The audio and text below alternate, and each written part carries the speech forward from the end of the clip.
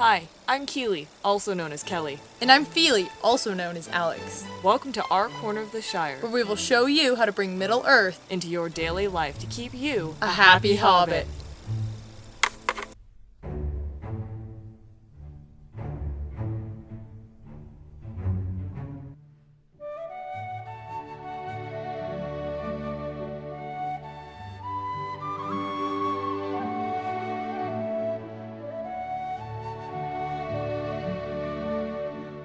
Welcome to this episode of Happy Hobbit. I have made the journey to visit one of our local royalty, known as the Tiki King, and he is a big Tolkien fan and also a minstrel who has had many wondrous travels with a traveling musical group, so he is going to teach us a little bit about music. I've heard a lot about this guy, so I'm a little nervous about meeting him, but I'm gonna go for it for you, okay?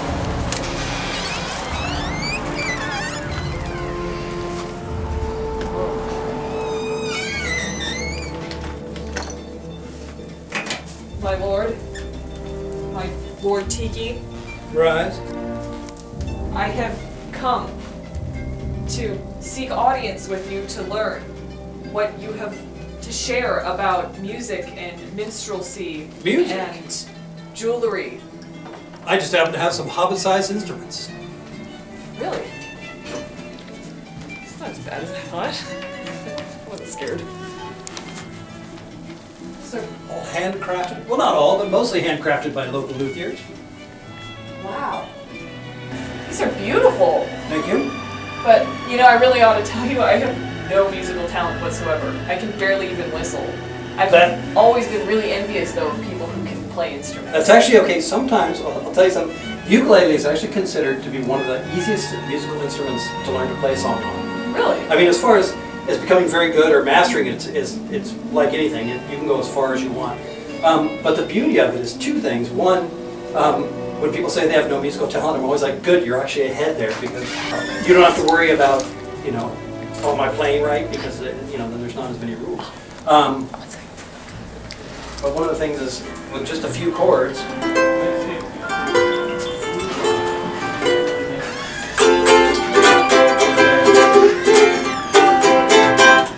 How did you go from not knowing much about music to building your own ukuleles? well, I've always had a desire to play music, but I could never find an instrument that I could ever do very well. And I tried to learn guitar, and I thought that maybe it was a matter of I needed to know more about the guitar. So I tried to play, and I really couldn't, and it hurt my fingers, and it was not as fun, it wasn't as rewarding as the amount of effort I had to put into it. Mm-hmm. So I thought, well, maybe I need to build a guitar. Maybe if I put my blood and sweat into it, then I'll be able to do it. And That's ambitious. so I built a guitar, and it was beautiful. And I got someone to teach me to play it. And after about a year, they said, you know what, you're not going to play guitar. Really? Yeah.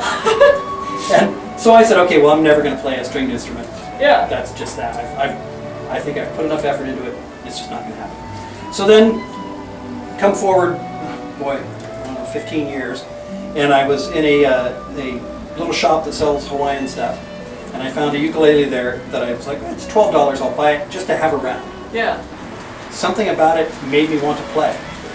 But one of the things is that I couldn't afford a nice one. Oh. So I decided, okay, I'm going to go back to what I thought before, if I learned to build. Actually, it's not entirely true. I did have some inspiration, because I said, I can't afford one. And my lovely queen said, why don't you build one? And I said, because I don't know how. And she said, as if that's ever stopped you with anything. And so... That's true Dwarven know-how. Yep, it's a tenaciousness, I'm saying. Yeah. Or obsession. Depends on how you look at it. And so I went to everybody I knew who knew anything about ukuleles and just asked them, so how does this all work? And I was able to sort of culminate enough information that I went and bought some wood and started building. And most people say I was really lucky because my first one actually sounded good. Wow. Because usually they say when you're building musical instruments that you build a whole bunch of them before any of them sound good. Really? And I've actually built a whole bunch of them and only had one that didn't sound good. That's awesome. So, I don't know why. I can't say it's because I'm so good at it. It's just, I think it's because I build with a whole lot of love, and that's what makes it work, because that's the magic. Yeah. And so there's even what some might consider a little bit of elvish influence with the knotwork up here on the net and the leaves of Lorien. So since these instruments are so much easier to play than other intimidating instruments like guitars, it sounds like they're really good for kids or beginners or someone who's curious. There's actually, a lot of our local schools now have decided that instead of teaching recorder, they're going to start with ukulele. Oh, that's A couple of reasons. It's rare that you can whip out a recorder at a party and people go, yeah, you know. Whereas Dwarves like to party too. well, that's true. But Yeah, but it's more of us. It's like, all right, you know, with the ukulele, you go, woohoo, they sing along. Pull out a recorder, you know, and you have to be respectful and put your drink down. And I think a lot of the people who watch our show are dwarves. Yeah, we don't go to a lot of elf parties, so this is important. Yeah, those elves anyway, I'll tell you. Yeah. Don't get me started. Anyway, yeah, they're a great beginner instrument. They're one of the things that I've had so many people who've come in saying, I can't play anything. And I've literally had some that I go, here's how you hold it, put your fingers here, do this, strum like this, and they go, did I make music? And I'm like, yes, you did. And they get all excited about it, they're like, I just made music. Hey, I with the thing and the strumming, and I made, you know, and they get really excited about it, and, you know, they'll buy one, or they'll say, my grandmother has one, and they'll, you know, go, and then they come back and go, I can play now, and it's this amazing thing. And it's like, you rarely see that with other instruments, because, like they said, with the guitar, it takes a certain amount of determination to get past the part where it just hurts and you're making bad sounds. Yeah. The ukulele, you can make bad sounds without any pain whatsoever. No, it's with, like I said, a couple of chords, 4 strings, 4 fingers. It makes it much easier, or less if you've been in battle. Some people have 3, but you can make a chord with 3. So that's okay. Yeah. Like say someone wanted to buy one and they didn't live in the Blue Mountains. Well, in the 4th age, there's a thing called the internet. It's going to be coming along. Huh.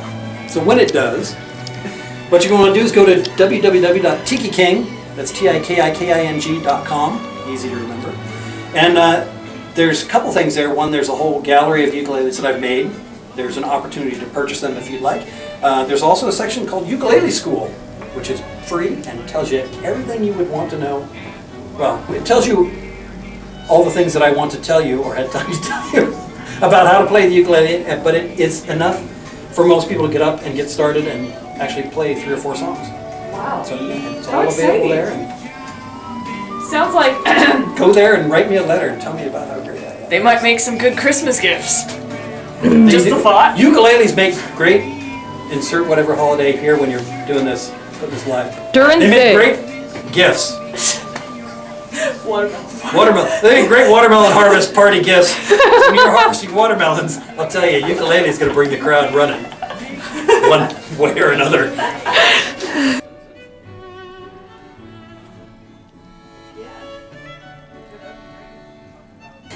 I mean you no disrespect, my lord, but I can't help but notice that for a dwarf, you're looking rather beachy.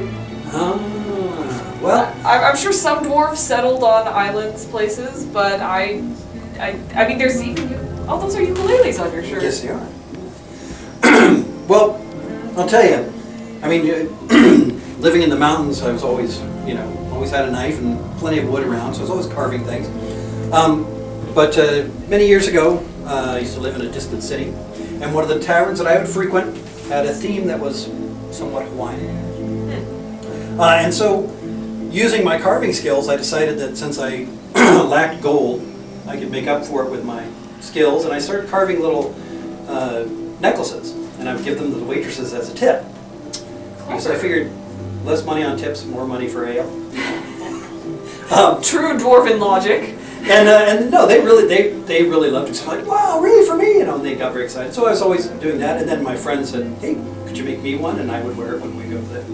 And it kind of went from there, so I started carving these necklaces, and that turned into a business, because after a while, friends told friends who told friends, and it just kind of grew out, and people would, look me up and say, hey, I want one of your necklaces. But because of the sort of island theme, the question I was always asked is, you must play the ukulele. Really? Yeah, and I didn't. Like I said, I didn't play anything. Yeah. So Well, that's not entirely true. I didn't play any stringed instruments. So, back to what we were talking about before, I actually was in a little Hawaiian shop, and they had a $12 ukulele, and I said, I'm going to buy that. Then when people say, do you play the ukulele? Yeah, I play the ukulele, you know, I could do whatever. So, you know, in Middle Earth we have all kinds of statues and carvings. Like, I'm thinking of the Argonaut, who depict our kings of old. Mm-hmm. So, are these something similar? Actually, they are. What the common thinking is that they're gods or good luck charms, and that's true to an extent. But from the studying I've done, I've found there's sort of two classes of the tikis. There's the god figures and the ancestral figures. And the ancestral figures were generally carved to do two things: one, to pay homage to your ancestors, and the other was as a place for the spirit of the ancestors to reside when they came to visit. Oh. Because some cultures they believe that there's actually like two worlds, and it was, I wouldn't say a portal, but it was like when the ancestors came from that world to this, that was where they would live. So people would think, they might think that you're worshiping it when actually it's just like, hey, you know, granddad. Yeah. And it's a way of doing that. There's also the good luck aspect is sort of is the talismanic. It's that it's a power symbol, which some people believe that that's because they're inhabited either by the gods or by your ancestors, or they're watching over you and keeping them close, and they give you some of their mana, which is power. And a lot of times, like these ones, the Maoris, this is called a haitiki, and it's a design that generally they're carved out of jade or soapstone, and someone would carve it for their family, and it would get passed down. It's usually given from one family member to another, and it's a symbol of their power and their the spirit. That's lovely. I have one here. I hope you don't mind, but I feel like it's you. It's to give you good strumming powers. I carry the power of the Tiki King with me. Yeah. If you are as excited as I am about tikis, then you can take one home with you as artwork. Yeah, we have the original paintings. Also have prints available online, so you can get, which are a little less expensive than the originals. And you painted these? I did. Yeah, this is all my artwork, which you can see heavily with the tiki and the ukulele influence, and even some other things thrown in. This one in particular, I get asked about a lot because it's called Tiki Mug with Scottish Dirk. Yeah, I was gonna say those look like Celtic knots. They are. Or kind of Dwarven knots, actually. And people say, well, that's kind of an odd scene, and it may be for most people, but for me, this is actually kind of a scene from my life, because this is this is a tiki mug that I own, and this is my Scottish Dirk. Because when I'm not wearing a Hawaiian shirt, I'm actually wearing a kilt with the Wicked Tinkers, the premier tribal Celtic bagpipe, drums, and didgeridoo band. So, I think I've heard of those guys before, but Yeah. I'm not sure. they're banging it. I mean, they're pretty. They're kind of wild. They're like I hear dwarves. they don't wear underwear under their kilts. There's shoes and socks. You know, There you go. that's all you need. True Scots regalia. So you in your travels and your musical journeys, it sounds like you're actually on the road now. I am. I'm on the road a lot. Yeah, in fact, it's been here I finally get my own store, and I hardly ever get to be here. Because always out on the road with the Wicked Tinkers, and that's another thing is that I've been slowly putting the tiki aspect into the Celtic movement by making my own, like I have a skeen-doo, which is a small knife that you wear in your sock as part of your Scottish outfit. And traditionally they're carved with knotwork, but I've made mine with tikis in them. So. Oh, interesting. I love the blend of cultures. These are cultures that you would never think would mesh together, but they're meshing together beautifully. It's your dwarves and elves living together. It's true. It's anarchy. Many cultures coexisting in Middle Earth, blending and creating whole new ways of looking at the world. And actually, I'm amazed at how many people come in here looking at the ukuleles and talking about tikis and stuff. And then we'll get to talking about music, and they'll say, "Well, I prefer Celtic music." Strangely enough. And the Wicked Tinkers, I've heard of those guys. Oh, we were out at this place, and when you guys played, and it's amazing how many people, or who will come in wearing their clan crest T-shirts or that sort of thing. Yeah. So it's all this strange mishmash of cultures. The other thing I love about tikis, they come in pints.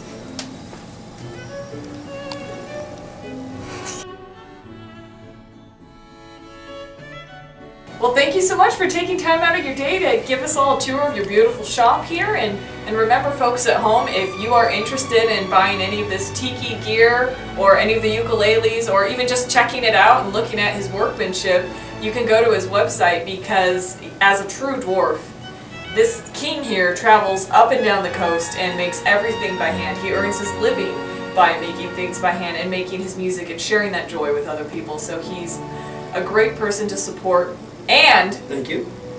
he's a nice guy. I've been called worse. Well, thank you for your time. Sure. And there's also another surprise this shop holds for you, but I'm not going to show it to you now. There's a thing in these hills called the Ukulele. The Ukulele.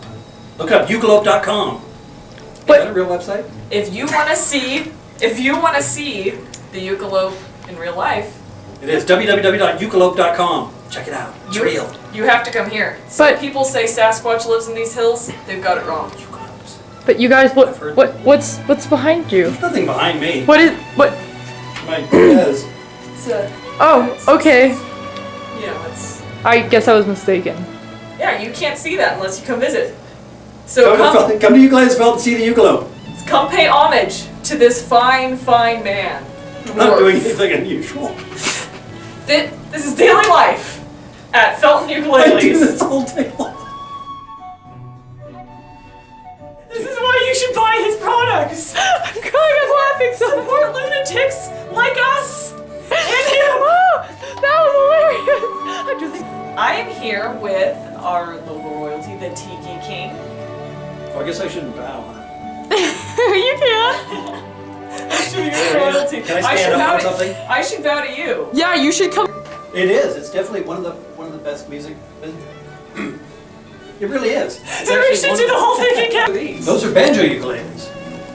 Those were invented for a time before amplification. Well, but then that would be a time. How's that? Are we in the present tense?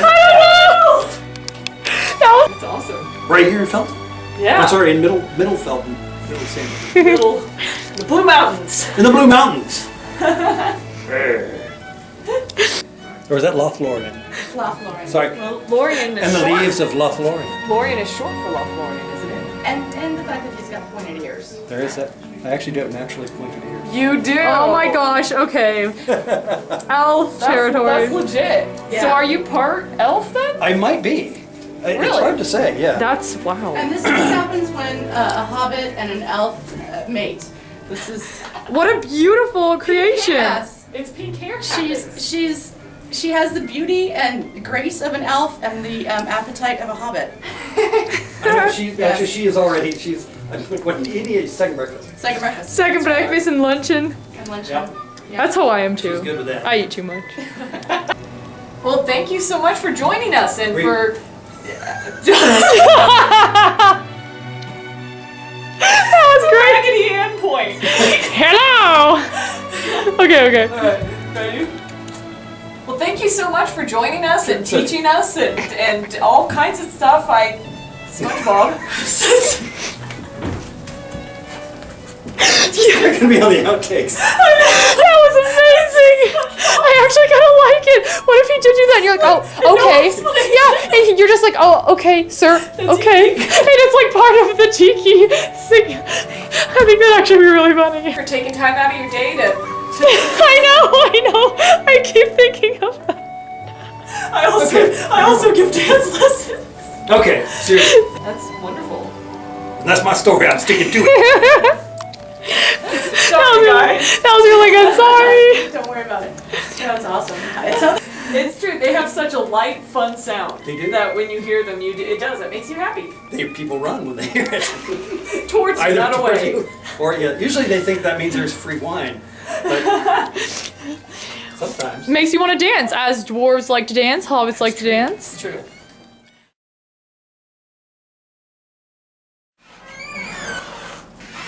Totally forgot my purse. Tiki? He doesn't mind that I'm in here. Oop. Well, guess that's it. Tiki.